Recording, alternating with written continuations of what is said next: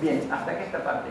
Y ahora también voy a mostrarles un poco qué es otro ejemplo de lo que se hace en Córdoba con este sistema. Y les voy a contar, quedó arriba, lo que hace un colega en el Instituto Ferrer, que se llama Gustavo Pillino.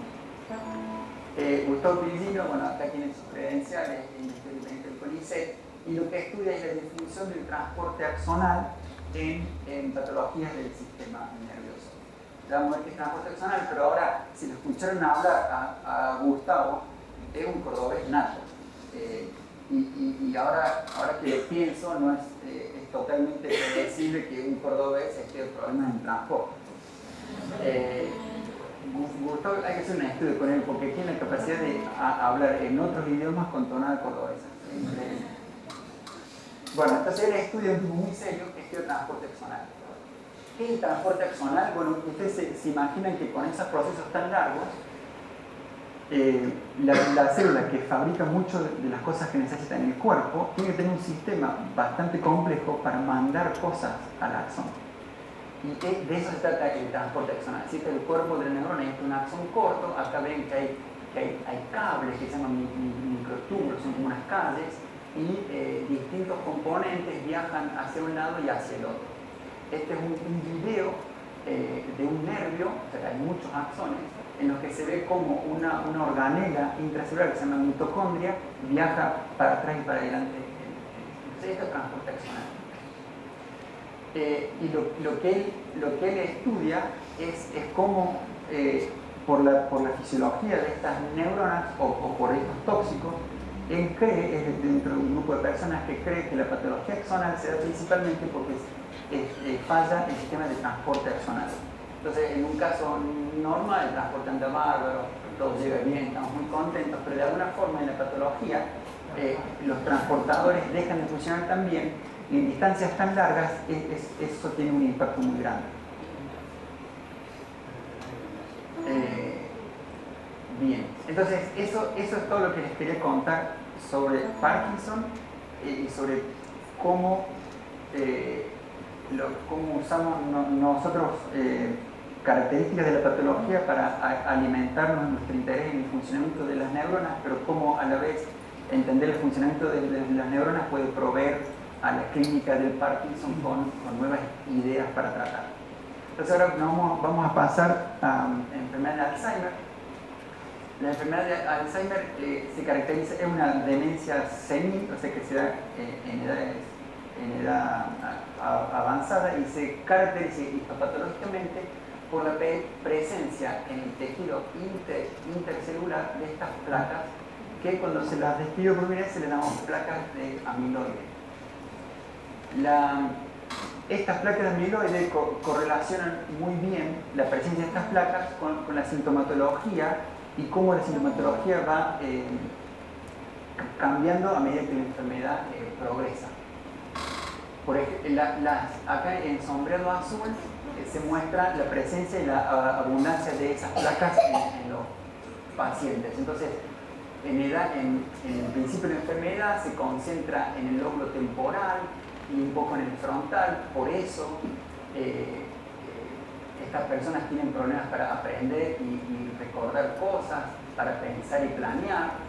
En un estadio posterior, obviamente estos síntomas se hacen más agudos, pero se suman otros problemas que se relacionan, como ya entendemos, por cómo las placas van invadiendo otras áreas del cerebro. Por ejemplo, pierden o se dificulta el hablar y comprender el habla y entender la posición del cuerpo en relación a otros objetos. Y en la tercera imagen, bueno, todo empeora.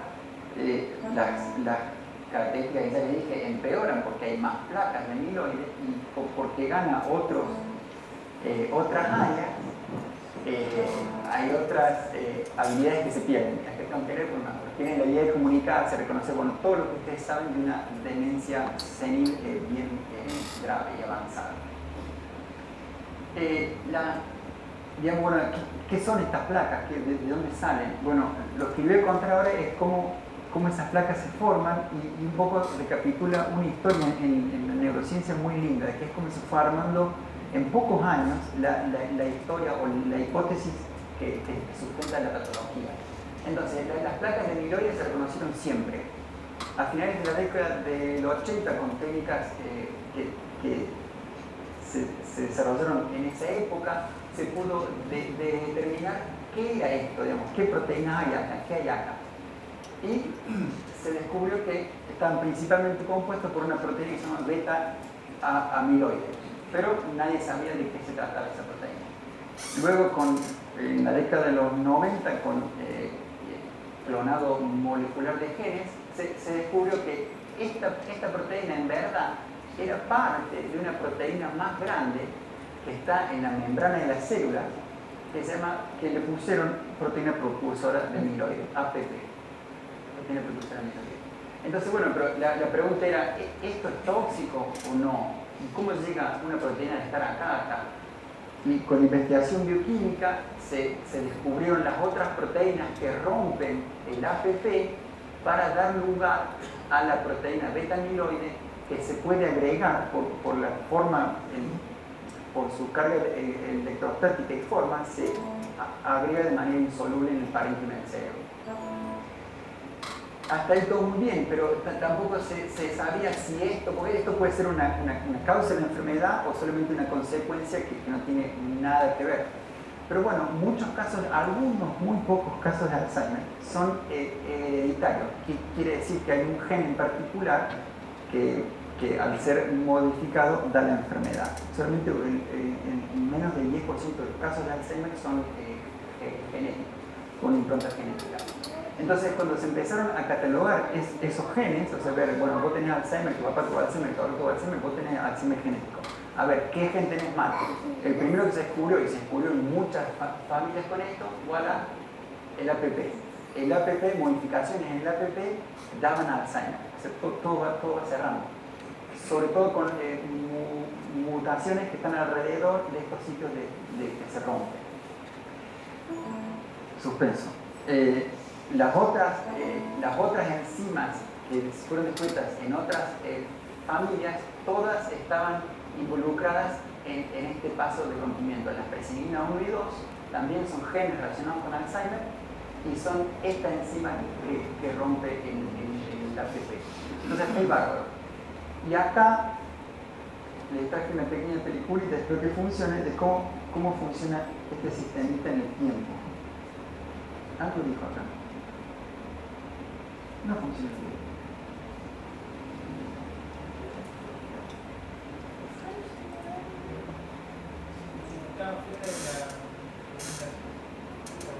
En una ventana. Suerte que tengo el dibujo acá. Bueno, entonces. No nada.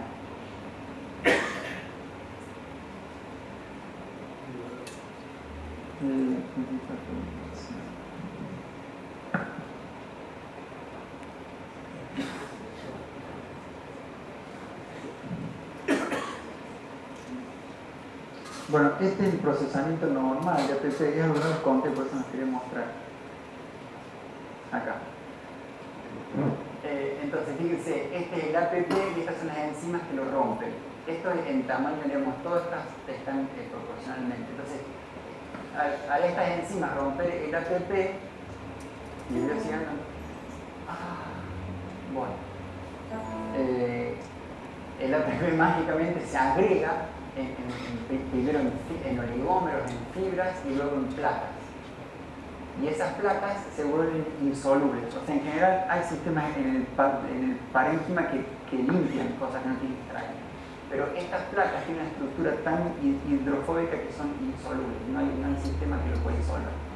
Entonces, en la animación esto un poco recrea una parte de la corteza en la que se ven disparos eléctricos y todo anda muy bien. Acá ven una axón llegando a una sinapsis. Se ve que anda todo muy bien, para mostrar de qué manera se interpreta hoy que estas placas inducen la degeneración de los procesos de las dendritas y los axones. O sea, todo muy bien, justo ahora se corta. El problema es que sigue. Entonces se van formando placas y la interpretación de es que la formación de esas placas induce la retracción de los procesos neuronales y luego de los cuerpos neuronales. Me tomé el tiempo de... ahora mismo. Entonces, acá les voy a mostrar. No les voy a mostrar. Era una pequeña mentirita que me iba a mostrar porque no tenía cortes obviamente de cerebros con Alzheimer, pero de neuronas que están en proceso de generación. Pero lo que sí les voy a contar es del trabajo que hace el director del instituto en el que trabajo ahora, que se llama el doctor Alfredo Lorenzo. Alfredo estudia los mecanismos de neurotoxicidad de la amiloide beta. O sea que está todo bien que relacionemos la presencia de la placa con la degeneración axonal, pero bueno, ¿qué hace? Digamos, ¿cuáles son los mecanismos que están involucrados? Y para esta charla, el traído a Alfredo a colación tiene mucho sentido porque él estuvo en la década del 90, él fue el autor de trabajos en la Universidad de Harvard en los que se demostró por primera vez que las fibras de beta amiloide, si yo las pongo en contacto con una neurona, la neurona se muere, degenera, o sea, que crea. O sea, las placas amiloides no son necesarias, sino son suficientes para inducir la toxicidad.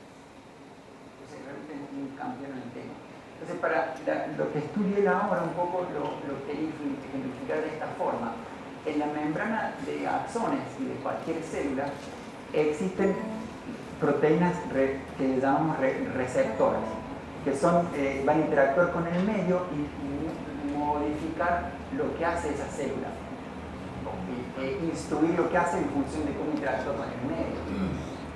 El APP es otra proteína, como se cansa, el APP es otra proteína receptora de las muchas que tiene la célula. El problema de APP es que le gusta pegarse a la fibra que dio origen.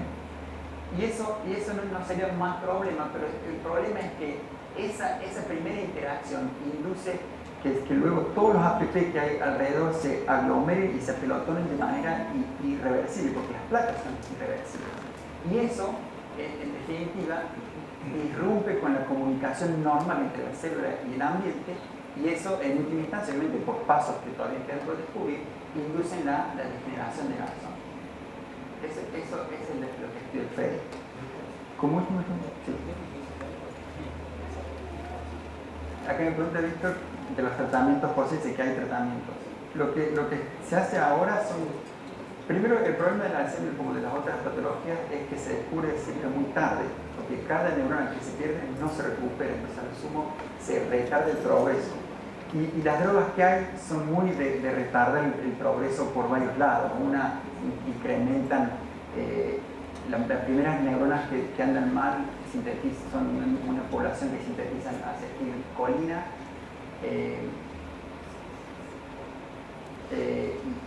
Entonces lo que se hace es proveer drogas que incrementan la síntesis de ese neurotransmisor, pero un poco para suplantar funcionalmente las neuronas que se perdieron. Entonces es puramente sintomatológico, un poco como el Parkinson, que se le da dopamina a los enfermos de Parkinson y anda muy bien. Pero entonces no hay tratamiento para el Parkinson, para el Alzheimer. Sí, ahora hay análisis que están pudiendo detectar Alzheimer asintomático, se le llama, sin que haya tiene cosas muy graciosas. La última patología, como ya estamos viendo el tiempo, es la enfermedad de Sanjo. A esta no la elegí por abundancia, porque realmente es una condición genética que se da muy poco, pero me interesó por lo que van a ver ahora en un ratito. Bueno, como les decía, es una enfermedad congénita, o sea, no tiene muchos componentes ambientales, no se desarrolla con la edad, sino que se da cuando un portador, dos padres que son portadores del gen mutado, bueno, tienen hijos y hay chances que uno de esos hijos tenga las dos copias con el gen mal, con el gen que anda mal. Entonces los síntomas de la enfermedad son muy graves porque comienzan a manifestarse desde los 3 meses de vida y están relacionados todos con el sistema nervioso. O sea, hay debilidad muscular porque hay falta de conexión entre las neuronas y los músculos, problemas en la audición, en la visión, etc. Lo que me interesó de esta patología es una cosa. Primero, que una colega en el instituto le interesa como problema en biología celular, sino también porque si bien la prevalencia de la enfermedad en el mundo es de 1 en 8.000, o sea, hoy 1 de cada 8.000 personas tienen la patología de la enfermedad de Sanford, pero en el norte de la provincia de Córdoba, en ciertas poblaciones del noroeste de la provincia de Córdoba, esa relación es muy alta, es de 1 en 30. Entonces, bueno, eso a los que estudian genética de población es un fenómeno muy interesante, que es por el grado de endogamia, por el grado de aislamiento de esas poblaciones con el resto de la población, como para diluir el gen que anda mal. En otra parte del país decae casi como a niveles mundiales. Una enfermedad parecida a la Sanford se llama Tay-Sachs y se da, por ejemplo, en la población, se da predominantemente en la población judía, en este caso por una cuestión cultural, es lo que limita la estructura de la población. Entonces, ¿qué pasa celularmente en la enfermedad de Sanford? Bueno, como les decía antes, he mencionado anteriormente, todas las células están rodeadas por una membrana lipídica. Uno de los constituyentes de esa membrana, particularmente en el cerebro, son gangliósidos, y en este caso vamos a hablar del GM2, un tipo de lípido. Hay una proteína que controla los niveles normales de GM2 en la célula que se llama beta-exosaminidasa. La beta, como toda proteína, está sintetizada por un gen. Ese gen se llama HexB. Ahora, cuando el HexB no anda bien, se desregula, no hay exosaminidasa que rompe el GM2 para mantenerlo a niveles estables, entonces con el tiempo el GM2 se acumula en la célula. Y esa acumulación de GM2 está directamente relacionada con la distrofia neuronal, por el simple hecho de que si yo agrego GM2 a un cultivo de neuronas, las neuronas también recrean el proceso generativo. O sea, es suficiente para causar la enfermedad la acumulación de GM2. Entonces, bueno, hay distintos tipos, la infantil, la juvenil y la adulta, y está en relación a cuán grave la mutación en los genes. Pocas veces hacen que no funcione nada. Cuando no funciona nada, la enfermedad se manifiesta pronto, entonces es la forma infantil. Cuando el gen está mutado y funciona, pero más o menos, hay que esperar un tiempo para que se acumule GM2 y se desarrolle la enfermedad, entonces está la forma juvenil. Y cuando anda bastante bien, pero no tanto, es la forma adulta.